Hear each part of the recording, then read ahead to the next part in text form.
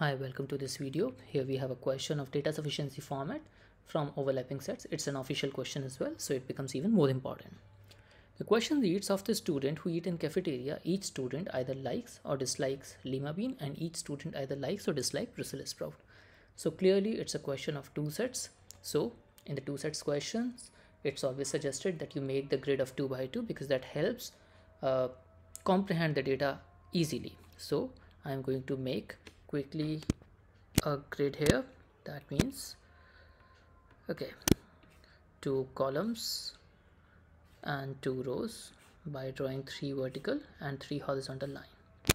So likes lima bean, dislikes lima bean, likes Brussels sprout, dislikes Brussels sprout. That's how it is. Of the students, let's assume that the total count of students is x. Of the students, 2/3 dislike lima beans. So we have 2/3 of x who dislike lima bean. That means the remaining, which means x minus 2/3 of x, becomes 1/3 of x. They like lima beans. And of those, that means of these 2/3 who dislike lima beans, 3/5 also dislike Brussels sprout. So this becomes 3/5 of 2/3 of x. That means it becomes 2 by 5 of x. Now that we have this information in terms of x, we can find out this region as well in terms of x.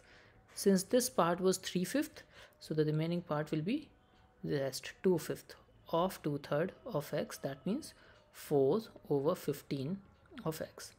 Now we have to find out the value of 4/15 of x, because if you read the question further, you'll see the question is asking how many of the students like Brussels sprout but dislike lima beans. That means we need to clearly find out the value of this particular cell, and the value of this particular cell is 4/15x. So to answer this question, all we need is the value of x.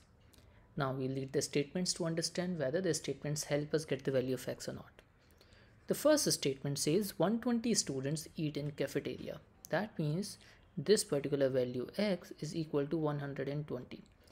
That clearly gives us what we are looking forward to, because 4/15x will be equal to 4/15 times 120, and that becomes 32. Therefore the first statement alone is definitely sufficient.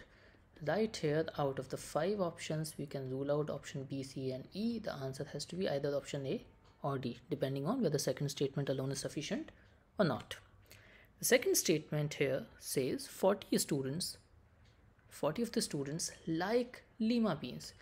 Students who like lima beans is represented here. That means the value of 1/3 of x is given as 40. So x becomes again 120, and we can calculate the value of 4/15 of x as well. That simply means the second statement too is sufficient, and out of the two choices A and D that we were left with, A is ruled out. D option becomes the correct answer, which says each statement alone is sufficient. I hope you enjoyed the explanation, and if you did, please click on the like button on the YouTube channel and subscribe to the YouTube channel as well, because those likes and subscribe help more the students to be able to see these on the internet. Thank you so much.